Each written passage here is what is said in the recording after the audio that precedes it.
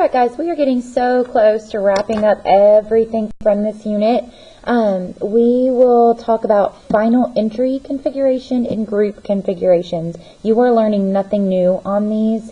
It's just a simpler way that you might see them or be asked to write them.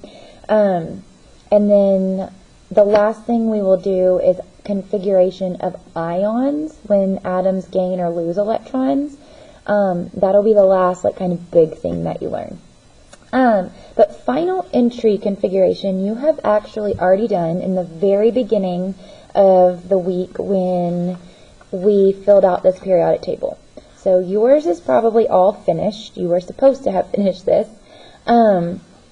We went through and wrote for every element what its last electron configuration would look like, and that is all that is a final entry. So hydrogen's final entry is 1s1. Carbon's final entry is 2p2, right? So his full electron configuration would be 1s2, 2s2, 2p2. So that really is just helpful because you can take that final entry and tell exactly who you're talking about. You don't really need all of the other electron configurations. They're required for chemistry, but your key is that final entry. Okay, so just for a couple of examples, just to be sure that you know what I'm talking about, if you were to be asked the final entry for magnesium, he is right here on energy level 3, sublevel S, and he's the second one in. So he is 3s2. Okay, the final entry for bismuth, way down here. Like when you look at bismuth, you're probably rolling your eyes thinking you're going to have to do that whole electron configuration.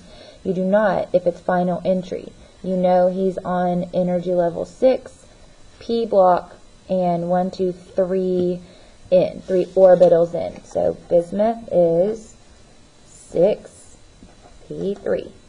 Okay, those are final entry.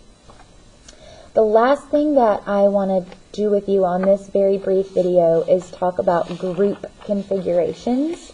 And this is really related to kind of your valence electrons. Everyone in the same group is going to have the same configuration, right? The only thing that's changing as you go down is their energy level. So everybody in group 1 ends on S1.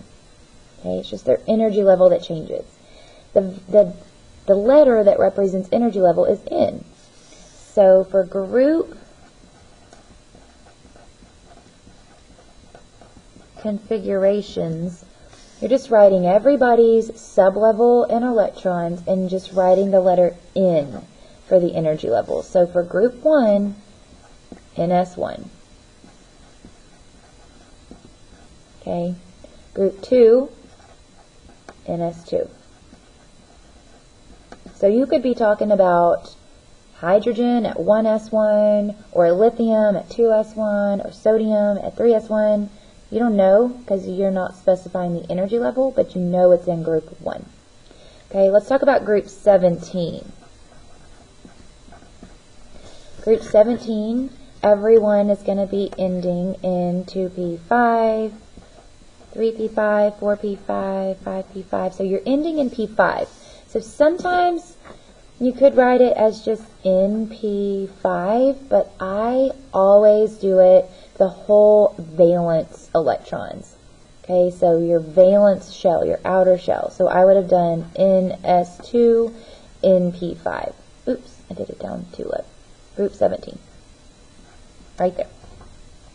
Now, every once in a while, you might see like a worksheet or an assessment where instead of N, it's X. Okay, it doesn't mean anything different. It's just using the variable X instead of N. Okay, you guys try the noble gases. You try the group configuration for group 18, the noble gases. I'll do it here and I'll show you.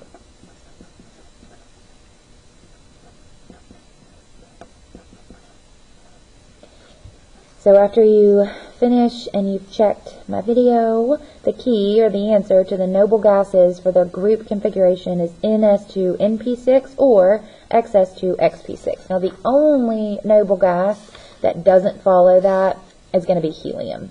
right? Because he doesn't have a P6. He only has S2. Everyone in your noble gases has 8 valence electrons except helium. He only has 2. He's still a noble gas because he's got a full valence shell of electrons. But everyone else has an octet, 8. He only has 2. So at this point, guys, is when you need to be